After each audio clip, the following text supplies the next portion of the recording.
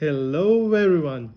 I am Rajat Agarwal reporting from my home in New Delhi, India, and today I'll be talking about Liverpool FC. So, this video is a preview for the 2024-25 season under our new manager Arne Slot and how we will fare this season according to me. So, the Reds have a new manager, but they have not made any signings so far, and it will be difficult to see how will we compete in the first year of the post Jurgen Klopp era. Will Mohamed Salah continue to challenge for the Golden Boot, or will Arne Slot face a tough schedule because he'll have to salvage Darwin Núñez's career? Let's get into it. So, this is the first season under our new manager, Arne Slot, and we had a very good preseason so far. We lost only one game, which was behind closed doors, but apart from that, we won every game. And in the last friendly against Las Palmas, we drew 0-0, which was also at Anfield, but it was without any fans. So that was a good result, and we had good performances in preseason. But preseason doesn't show it all. I think this will be the first time a manager will win in his first game in the new century. If we manage to defeat Ipswich, the match will start at 5 p.m. Indian Standard Time or 12:30 in the UK Standard Time, and we know we face a lot of problems. Last season, whenever there was a 12:30 kickoff, our manager complained, but rightfully complained a lot, because I think 12:30 kickoffs don't suit the players, the manager, or the crowd. So that's why we complained, because we got a lot of 12:30 kickoffs, and this time too we are starting our season with a 12:30 kickoff against Ipswich. So let's get into it. Last season we won only Carabao Cup, and we were competing in the league for almost 30 to 31 games, but towards the end we finished third. We didn't win FA Cup, and we didn't win Champions League too, because we were not in the Champions League. We won the Europa League, and we didn't win Europa League. So Manchester United knocked us out in the FA Cup. That was painful. But in the Europa League final, we were not able to reach that final because we lost in semi-final against Atlanta, and who deservedly won the Europa Cup or the Europa League. The season was a success last season because we made a lot of signings in the Klopp 2.0 era, and we signed a lot of midfielders to refreshen our midfield, but we still finished with only Carabao Cup, and that was a disappointment in the end. The midfield overhaul has worked out well in the end, but because we secured a route to the Champions League with a third place finish. Klopp was able to also bid an emotional farewell, where he introduced the famous song Arne Slot, la la la la la, Arne Slot, la la la la la. But this will be a tough question, and a question for all the spectators, especially the ongoing spectators in Anfield, like how will Liverpool fare in the first season under our new Dutch manager? The mood around Anfield has been very emotional, because we were expecting a lot of signings to be made, but still we haven't signed anyone. I think we are on the only Premier League club not to sign a single player as of 17th of August, and only 13 or 14 days are left in the transfer window, and we still haven't recruited anyone. 3 players are running out of contracts: Mohamed Salah, Virgil van Dijk, and Trent Alexander-Arnold, and this is the final year of the contract, and they can sign a deal with new clubs from January itself if they want to, or they could leave on a free if they don't sign the contract extensions. If reports are to be believed, the players are willing to sign the contract extension, but FSG and the people behind it are not willing to give lucrative contracts to players above 30, which is understandable. But I think securing long-term contracts for all three of them would be beneficial in the long term as well as the short term. Our captain Virgil van Dijk has openly spoken about strengthening the squad, which we haven't done so far. We are still not able to recruit a proper number 6, and this has been a problem we have been facing for the last 2 years, that we don't have a number 6 in our squad. We have good squad depth, but we are losing that too because we are selling fringe players and not replacing them. So Matip left on a free, and we needed to sign a centre back, but we still haven't signed a centre back. Thiago also retired from international football. He is now part of the Barcelona coaching group, but we still haven't replaced Thiago. And we still haven't replaced Fabinho, in my opinion, because when Fabinho left, we wanted to sign a DM, and we got Endo. Endo is not a starter for us. He will be a good squad player, but Endo himself has said that we need to strengthen the number 6 area. We have Endo who can play there. We have Bajcetic who can play there. We have Gravenberch, who is the deepest lying midfielder for Arne Slot, and he sees himself as the number 6, but hopefully we can sign a number 6 to ease pressure from attacking midfielders and to also give competition in the squad. To compete for trophies, a number 6 is a necessity. Look at all the big teams. Look at Arsenal, how they operate with 2 number 6 in Rice and Partey. Look at Manchester City. They have the best number 6 in Rodri. And look at other teams too around the world. So many teams have a brilliant number 6, and it helps them to not only win titles but win crucial games. And it's important to compete for the title. See, there has been a change in leadership so far. Slot has made some tactical tweaks which have gone well with the players, because the players are loving the training. But to make an instantaneous impact on Anfield, we need support from the backroom staff, especially Richard Hughes and the background team. So the season has already started, right? At 5 p.m. we'll play our first game, but we still haven't signed, and we are the only Premier League team to not make a single summer signing. And we have already talked about how Mohamed Salah, Virgil van Dijk and Trent Alexander-Arnold are all entering the final year of their contract this season. So we sold Fabio Carvalho, and we sold him for 27.5 million or $35 million, which is a good business. But we need to know that we haven't replaced Thiago. We haven't replaced Joel Matip. We didn't sign Martin Zubimendi because we were not able to convince him of our project. But we still need a specialist number 6. There is no plan B according to reports, meaning Liverpool are set to start the season without a world-class defensive midfielder, hoping that Ryan Gravenberch can grow into that role alongside the multi-talented Alexis McAllister.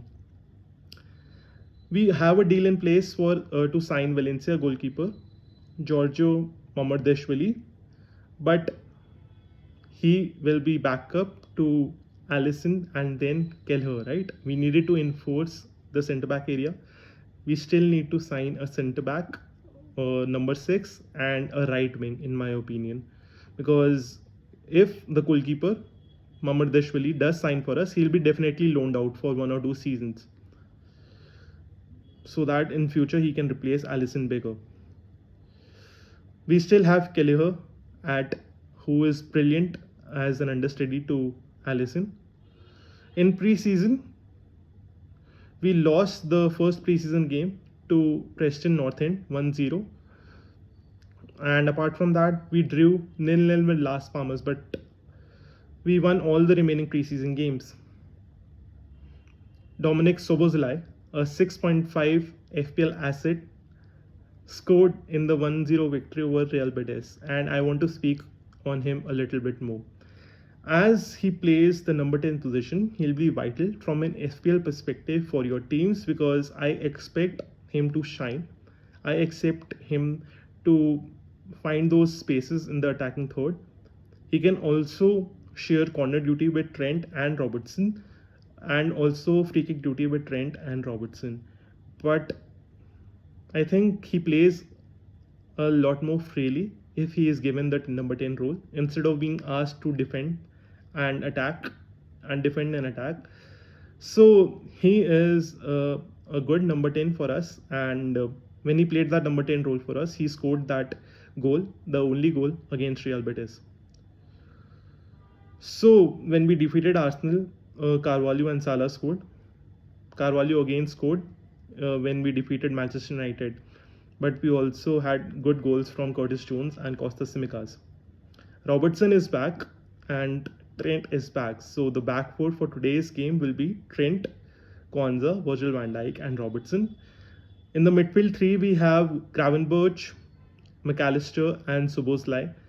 And the attack is Jota, Diaz and Salah. So let's talk about today's game. It will be at Ipswich Town. So Ipswich have been promoted back to back under the manager McKenna.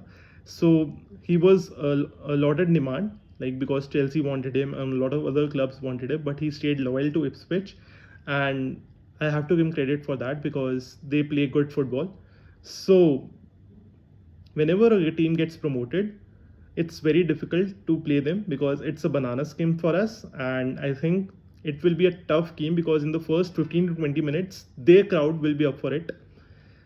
This game will be played at Portman Road in Ipswich, and their stadium is full of loud fans, and those loud fans will be behind Ipswich and not behind Liverpool. So hopefully we can calm the crowd and dominate the possession, because we are a lot more possession based team under Arne Slot. So we have a similar system to Jurgen Klopp, but I think the main difference is we have two holding midfielders. We try to get the ball quickly by pressing from the front, and the only signs are that we can score a lot of brilliant goals, breakaway goals in counter attack, like we did under Jurgen Klopp by winning the ball up high. But we can also dictate the play in possession. We'll play something like a 4-2-3-1 system where there is a double pivot in front of the back four and a number 10 behind the main striker.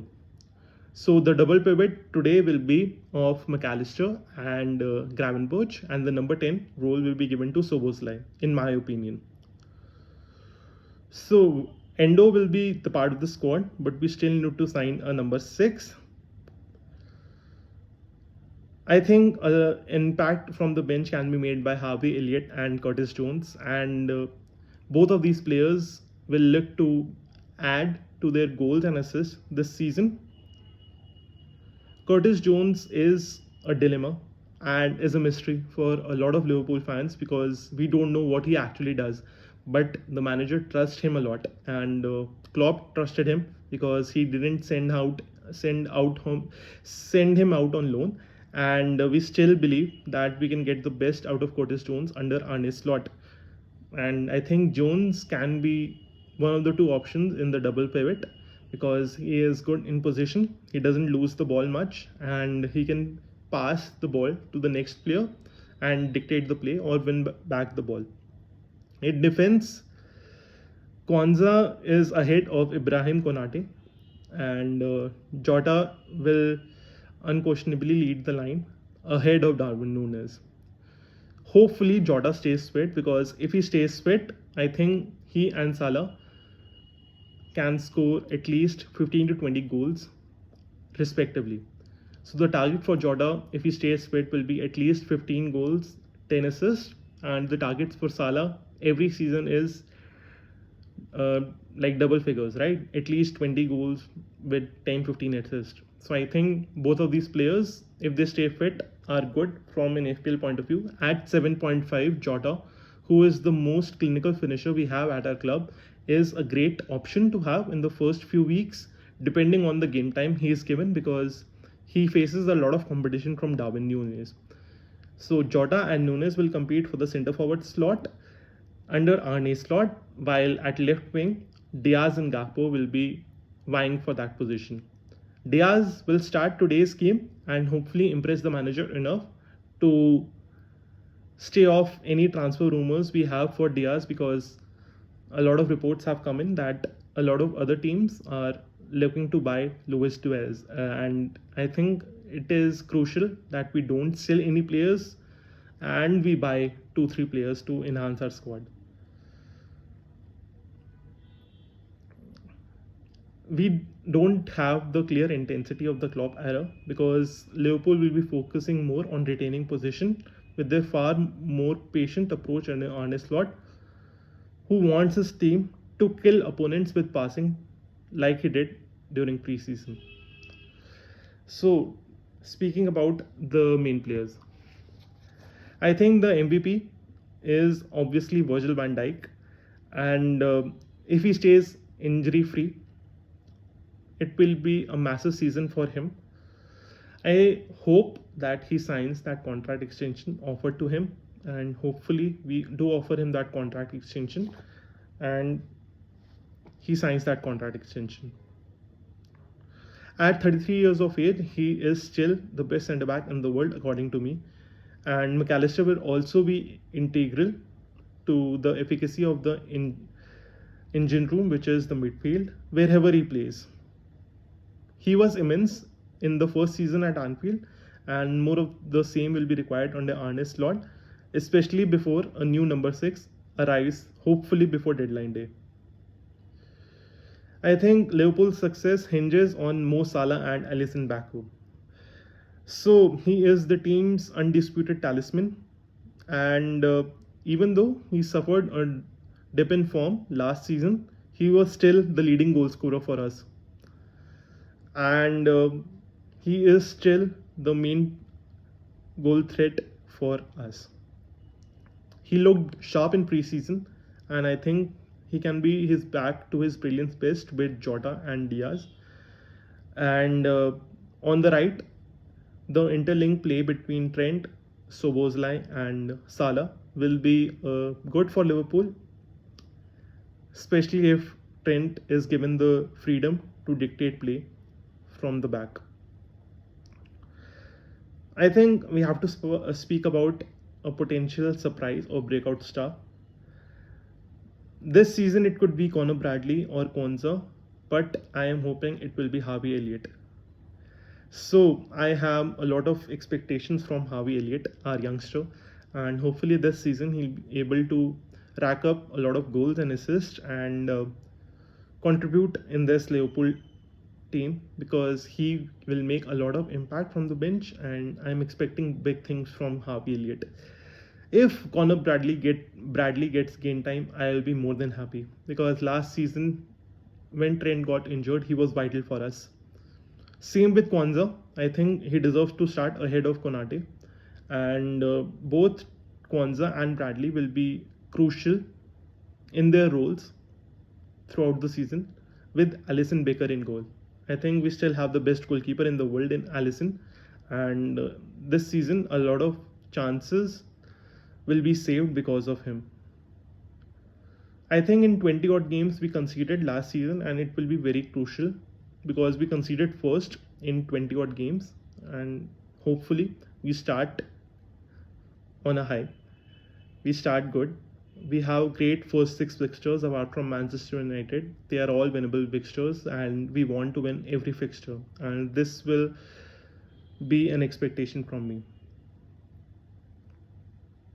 For me, success will be finishing in the top four. It is a must to qualify for the Champions League, and I will be more than happy if we do a cup run, an FA Cup run, or a Carabao Cup run, or a Champions League run. I am expecting brilliant things from Liverpool in the Champions League, and hopefully we can reach at least the quarter-final or semi-final stage. In the cups, I want Slot to experiment with youngsters. There will be a lot of games this season, and we don't have a lot of squad there, so I would want Slot to trust the youngsters and give them game time in the cup, especially the Carabao Cup and the FA Cup, so that we play our main team in the Premier League and the Champions League.